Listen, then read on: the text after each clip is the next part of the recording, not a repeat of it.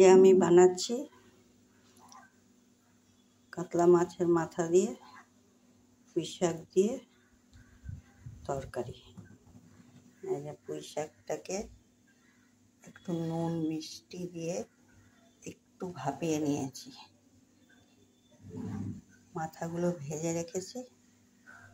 এর মধ্যে দিয়েছি কুমড়ো, একটু নুন হলুদ মাখিয়ে ভেজে নিয়েছি। বেগুনটাকে নুন হলুদ মাখিয়ে ভেজে নিয়েছি। বিনস একটু নুন হলুদ মাখিয়ে ভেজে নিয়েছি। আলুটাকে নুন হলুদ মাখিয়ে ভেজে নিয়েছি। সিম ভেজে নিয়েছি। আমাদের 3-4টে কাঁচা লঙ্কা আছে, একটু পেঁয়াজ কুচি, একটু হলুদ, 5 ফোড়ন সম্বারা দিব। আর এটা নুন। প্রথমে 5 ফোড়নটা দিয়ে দেব, তারপরে কাঁচা লঙ্কাটা দিয়ে দেব, তারপরে পেঁয়াজ কুচিগুলো দিই।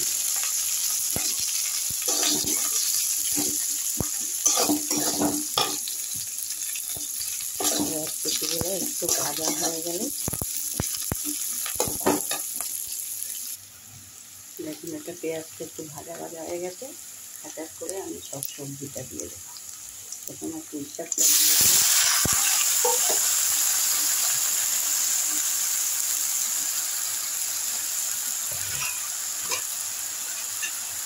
সব সবজিগুলো আমি সব দিয়ে দেবো।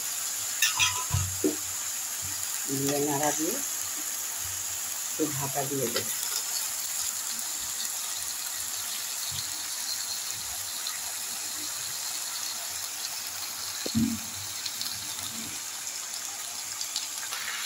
দেখুন, সব সবজিগুলো দিয়ে দিচ্ছি। এবার একটু হলুদ দেবো। হলুদ আর বেশি দেবো না, কেন হলুদ দেওয়া আছে সব কিছুতে ভাজার সময়। আর নুনও বেশি দেবো না, নুন অল্প দেবো। আর মাছের মাথাগুলো দিয়ে দেবো। দিয়ে এবার ভালো করে একটু নেড়ে ঢাকা দিয়ে দেবো। এই দেখুন, পুঁই শাকটা 10 মিনিট মতন একটু হালকা আছে ঢাকা দিয়ে রেখেছিলাম। এখন খুললাম। এই যে একটু চিনি দিয়ে দিচ্ছি এর মধ্যে, 1 চামচ মতন।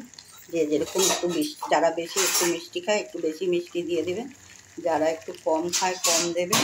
পুঁই শাক তো একটু মিষ্টি মিষ্টি হলেই ভালো লাগে। দেখুন, চিনি দিয়ে নাড়াচাড়া দিয়ে দিচ্ছি। এই এখনই